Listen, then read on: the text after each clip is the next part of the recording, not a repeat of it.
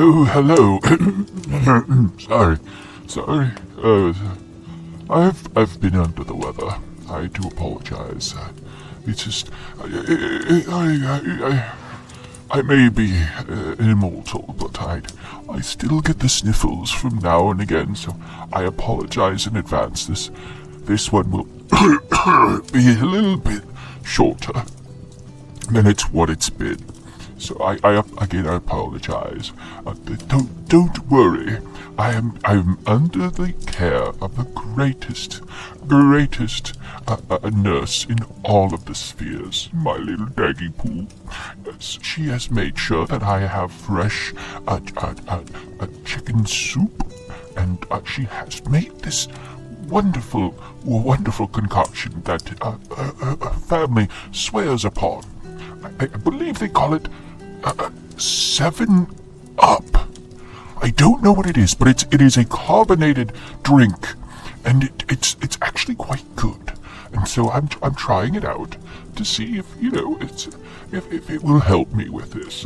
I have also taken some of my cures, and I hope that soon I will be on the mend. So until then, today I will be able to tell you some more about garden.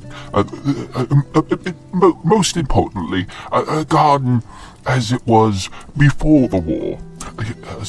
As you know, there was the war for garden where the orange bastard was taken out of office, and then we had a wonderful Thanksgiving where we put up a sign saying "Thank God the bastard's dead," and everybody had little posters of me looking like I was sending out a fireball at him, and well, I'm not going to tell anybody different. I mean, they can go ahead and believe what they want. I've told Daggy's family the truth, and the father says that I should come out and say it, but we talked to the Queen. I mean, as you know, we had dinner with the Queen, and we talked it over with her as well, and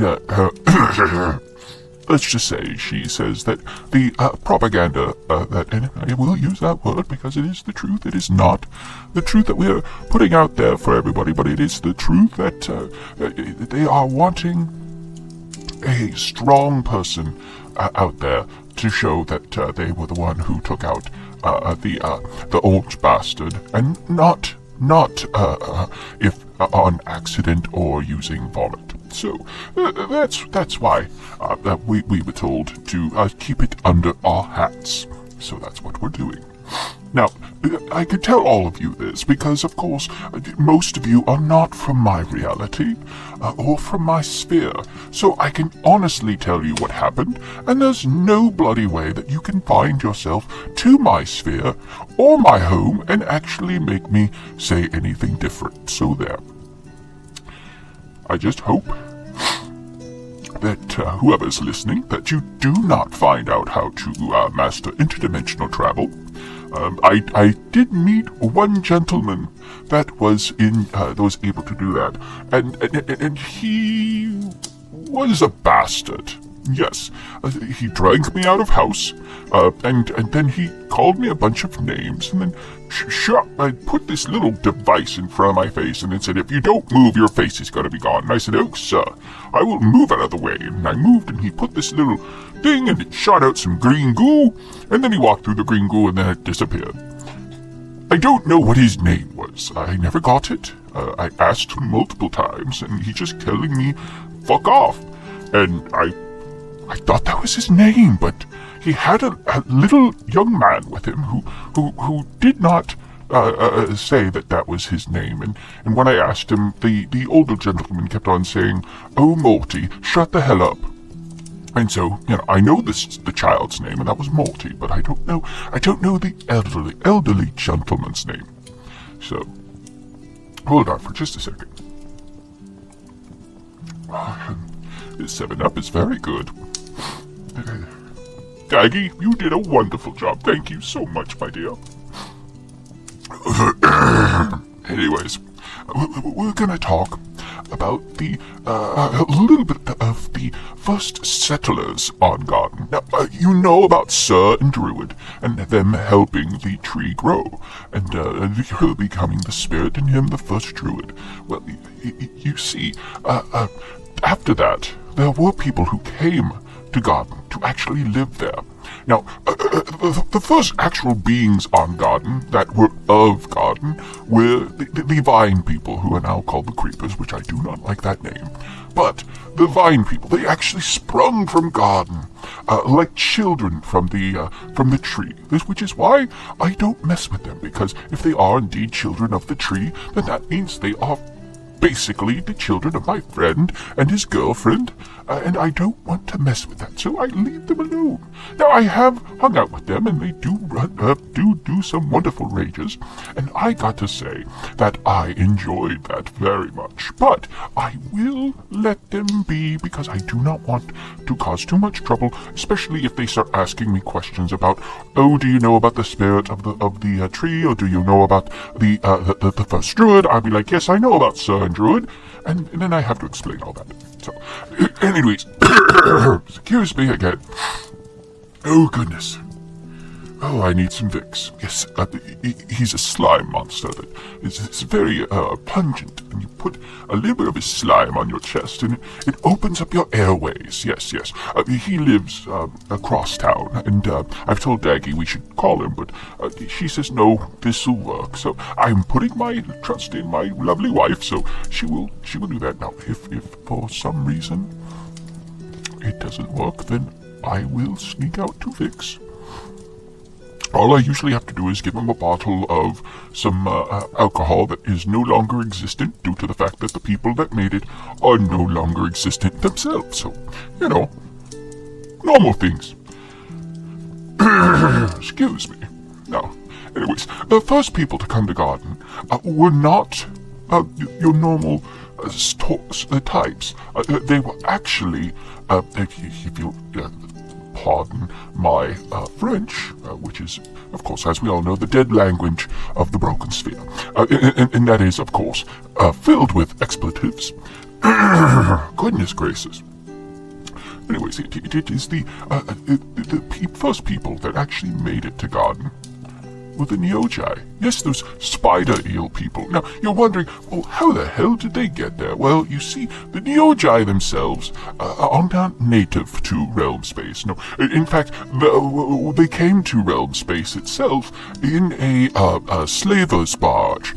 Now, the slaver's barge that they were on held multiple Umblehooks and multiple Neogi and multiple slaves of other species. And that is how a lot of realm space was seeded with other races other than, of course, humans, dwarves, halflings, and the like. The Neogi that spread off from this barge of slaves, they crash landed on Toriel. So yes, that's where a lot of the Neogi and Umblehooks that live on Toriel, that's where they came from. So you can blame it on the Neogi. Everybody does. I mean, you can blame most things on the Neogi. I mean, slavery, well, you can't really blame that on them. Everybody does that. I've seen humans slave all the time. But anyways, the ones that stayed, they used the underroots of Garden to as a spaceport where they could move in and out without other people knowing where they were at, which is good for them. I mean, there's quite a few places under Garden that are filled with caves and holes where tree roots used to be, or actual hollow tree roots. And since the tree is so large, it actually could hold a full spelljammer if needed. Now, Neogi then started a colony there, and lived there for multiple thousands of years, until humanoids like humans and elves started to pop up on Garden's surface. Now, these people that showed up, they were mostly people of spelljamming who decided to use Garden as a stop point between Toriel and the Rock of Brawl, and of course the outer areas of realm space, which was good because most of the garden itself had lush fruits, vegetables, wonderful game that they could get, so that way they could refresh their supplies of food without too much of an issue. And in fact, even I will not call them creepers, but the vine people began to trade with them as well to get certain things that were not prevalent on garden, say like apples, pears, oranges, multiple things that did not grow naturally on garden. As well as, of course, some of the deciduous and several different types of trees that he didn't have there, some exotic flowers that they did not have there, many things. So they traded with that, and while they did that, they started to build up colonies along the inside of garden. Now, downtown was not what it was back then. In fact, it was still barren rock. But as time went on, the power of the tree continued to flow out until every part of the garden was touched with the power of the tree. Now, at that point, the human settlement and the elf settlement were basically at odds with each other. They decided that one half of garden would be the human setup and the other half would be the elf setup, and they basically said, anybody who crosses this line, we will kill. And, well, that's not the right way to do it, especially when that's not really their home. It was a home of the vine people. And the people underneath were the Neogi, so, nobody cares about them. Nobody cares about them. Excuse me for a second.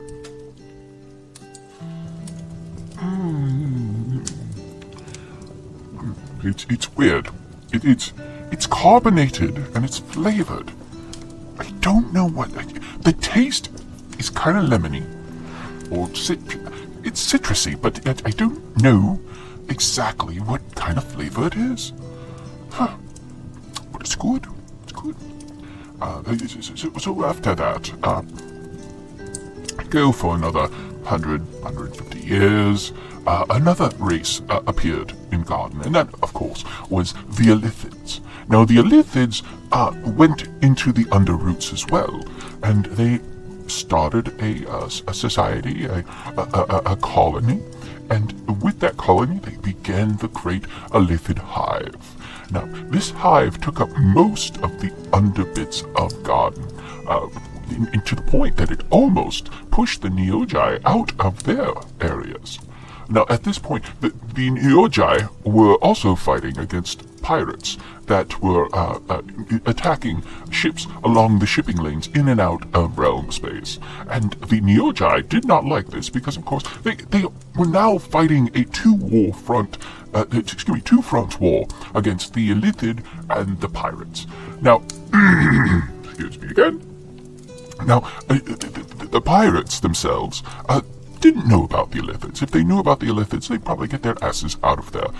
Once they found out about the Illithids, they decided to keep themselves on a low profile, which did not help when the Neogi took them out. Now, they did not take them out entirely. They did have eventually a truce where the pirates would give them slaves and they would share the slaves with the Illithids. And the Illithids would, of course, you know what they do with their slaves. They test on them, they eat their brains, stuff like that. That's what they do. But this is when the truce came about. So at this point, the Neogi and the Illithid took up half of the underhive. The other half of the underbits of garden itself were basically desolate. You couldn't really have a place down there, so they kept it pretty well secret. You would have some people hiding out there in ships, but if you were caught by the pirates, or caught by the Neogi, or caught by the Illithid, well, you're pretty well fucked. Yes. Anyways, as I continue, up above, the the strife between the elves and the humans grew and grew until another group showed up on Garden, and that, of course, was the goblins. Now, the goblins were actually refugees. Yes, this is different from many other goblins that you know on other spheres and other planets. These goblins were actually running from attack and subjugation by the Illithid. Yes, they found themselves on Garden on a very large, crashed spelljammer. Now, the helm was still viable, but the keel of the ship was gone. Now, only about 200 goblins were on Garden at that point, and so they started to search for food and water, and they found an abundance of this. Now, with this, they ended up building a small society, and unbeknownst to the humans or the elves, they made a small spaceport for themselves. Once another spelljammer showed up, and yes, little kitty, honey, the kitty's here. I know. I won't give him any turkey or any chicken out of my soup. I have already done that. Anyways, once the humans and the elves found out that there was goblins there, they basically decided to kill the goblins. Which, at this point, the goblins were just happy being alive. The numbers had swollen to 400, and they had actually gotten trade with other goblinoids, hobgoblins and bugbears and all the different types. In fact, at this point, like I said, it was 400 goblins, but there was also a small contingent of hobgoblins and bugbears, even a few furbolgs. Yes, in fact, at the human settlement, there were a few druids that were there, and as well as, of course, in the elf settlement, and they were getting messages from the tree itself telling them to leave the goblinoids alone, that this area is a planet of life and growth, and so that they do not need to attack them.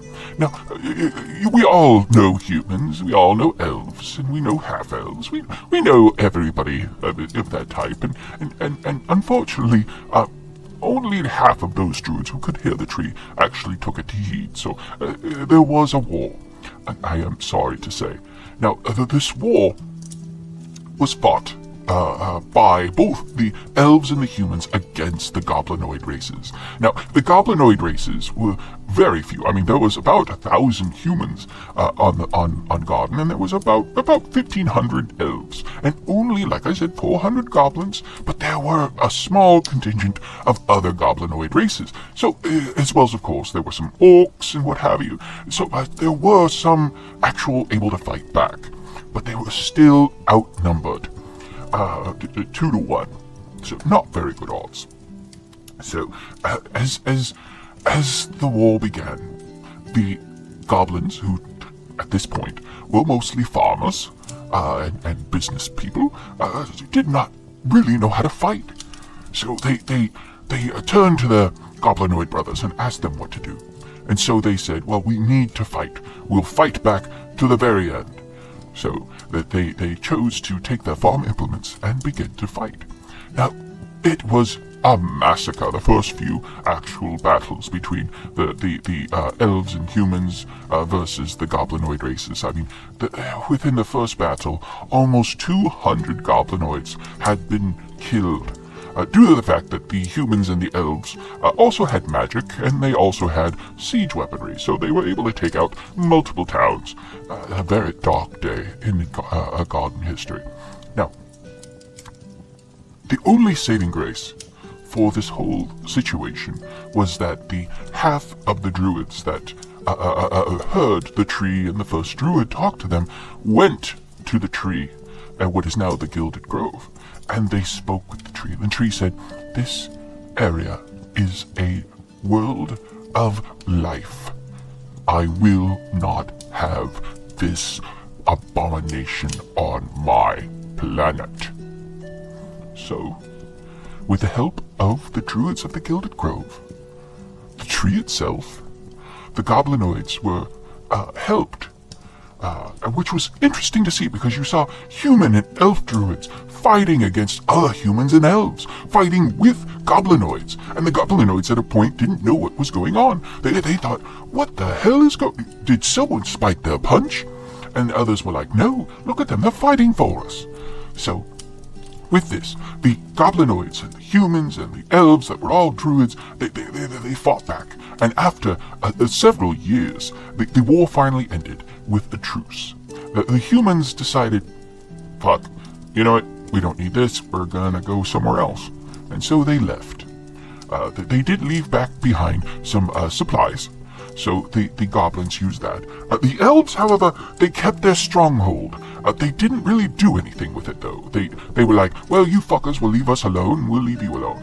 And so they stayed in their stronghold, which, like I said, they didn't really do much with it, and at a point they abandoned it, because elves, I don't know.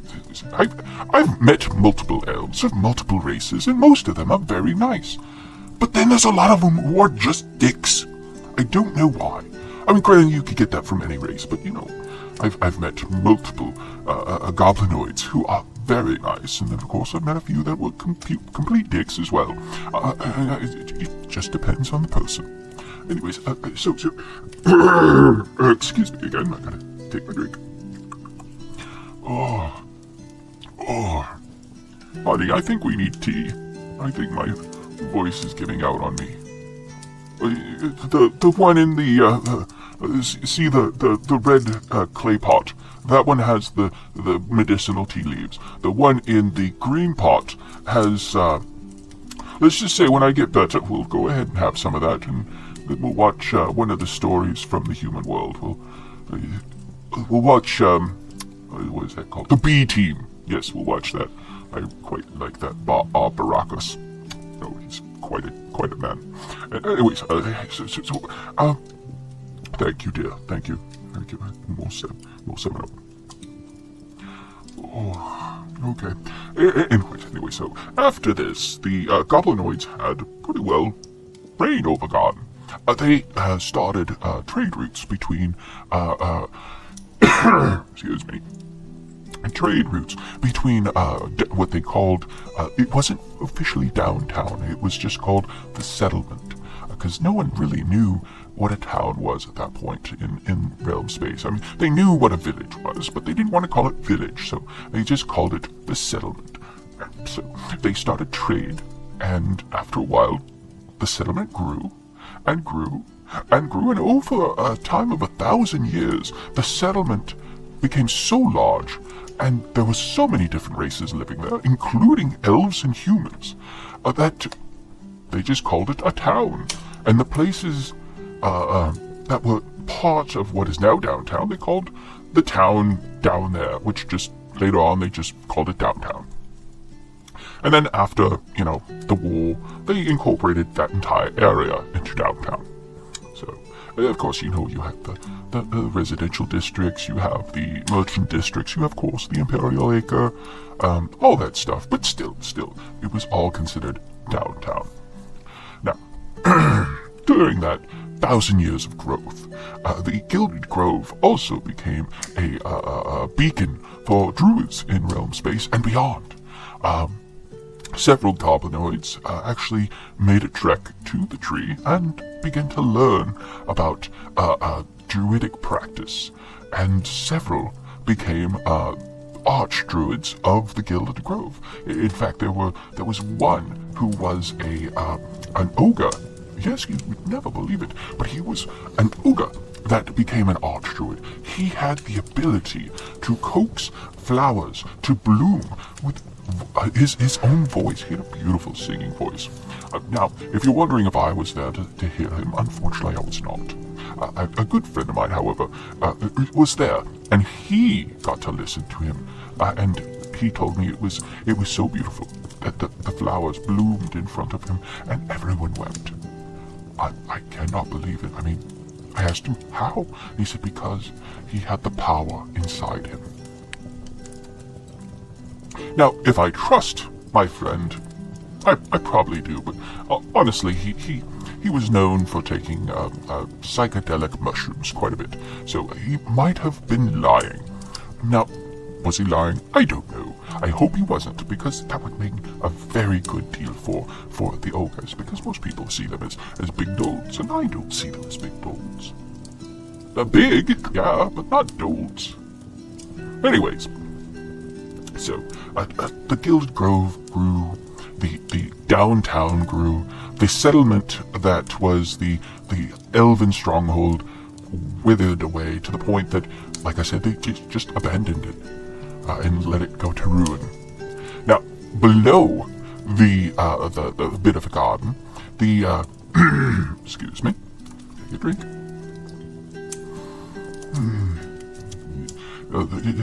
Below, the Illithid and the Neogi had come to an agreement where they would work together. One, to take over the pirates area. Of course, you gotta do that. Two, that they would work on a special type of experiment that the Illithid wanted to do to make the perfect warrior, one that they could control. Now, this, of course, as we all know, with the exploits of the Night Sky Syndicate, that you find out that, of course, these experiments brought along the Cordoliths, and the Cordoliths fought back against the Illithid. Now, this took many, many, many years for this to happen. Almost 2,000 years. During that time, the rest of Garden was growing, but there was rumors that there was a secret slavery society that was taking up in the bottom half of Garden, which that was true. People were being taken down into the roots, where the Illithid and the Neogi would experiment on them and work on creating the ultimate weapon. But when the people above realized what had happened, excuse me, they made a plan to go down into the roots and stop all of the Neogi and the Illithid and the pirates. Now, when they were able to get down there and they fought through traps and different mazes that were set up, they did come across a small settlement that still had Illithid in it. But these Illithid looked almost diseased. Some of them had carapaces on their body. Some of them begged for death. It wasn't until much later that those places were actually either set to fire or were allowed to cave in to block them away from the upper portions of Garden. They did this because they believed it was a contagion that would spread to the rest of Garden and would basically cause a blight or a plague that would kill everyone, and they did not want that. So they blocked what they believed was all of the tunnels leading to the roots of Garden. The Neogi themselves got off easy. They realized what was coming, and when the first Illithid settlement went under, they got on the spelljammers and hightailed it out of there. They was a bit smarter than the Illithid. Now, the Illithid that did survive, that were not contaminated by their own experiments, they were able to fight off the Cordoliths, and they then took the spawn of the Cordoliths and put them in, excuse me, a satellite that orbited a garden. Now, this small satellite looks like a 20-sided die, and it's about the size of a small safe. Okay, how should I put this? Where's a small safe? The size of a normal bathtub. Other people are looking at me like, honey, what would you say? A horse. Okay, 2 horses like crossing each other. That's the width, right? Okay, yes. I'm going with that. It's two horses, like they were one standing on the other and made like a T. So they were perpendicular to each other. You have that. That's how big that safe was. And they sealed it away so that no one could ever get into it. Now, just want to let you know that sometimes a Lithid are a bit jumpy on what they do, and sometimes they forget to actually follow up on shit. So, as we all know, the correlates got out. There was a expedition to see what was in the safe, and someone let them out. So that's where they came from. But in the meantime, the Lithids were contained, the Neogi had left, and at this point, Garden thrived. It thrived for years and years and years, to the point that they were the primary spot to stop on your way out of realm space, or coming into realm space, before you hit the Rock of Brawl. It was absolutely wonderful. And then, as we all know, all good things must come to an end, and the Orange Bastard took over. And we've already talked about that. We've talked about the war. We've talked about how he basically manipulated his way to the top, and how he was deposed. So that's all what it was before. Now, with Garden the way it is still a beacon of free trade, a full-on area that anyone can go to.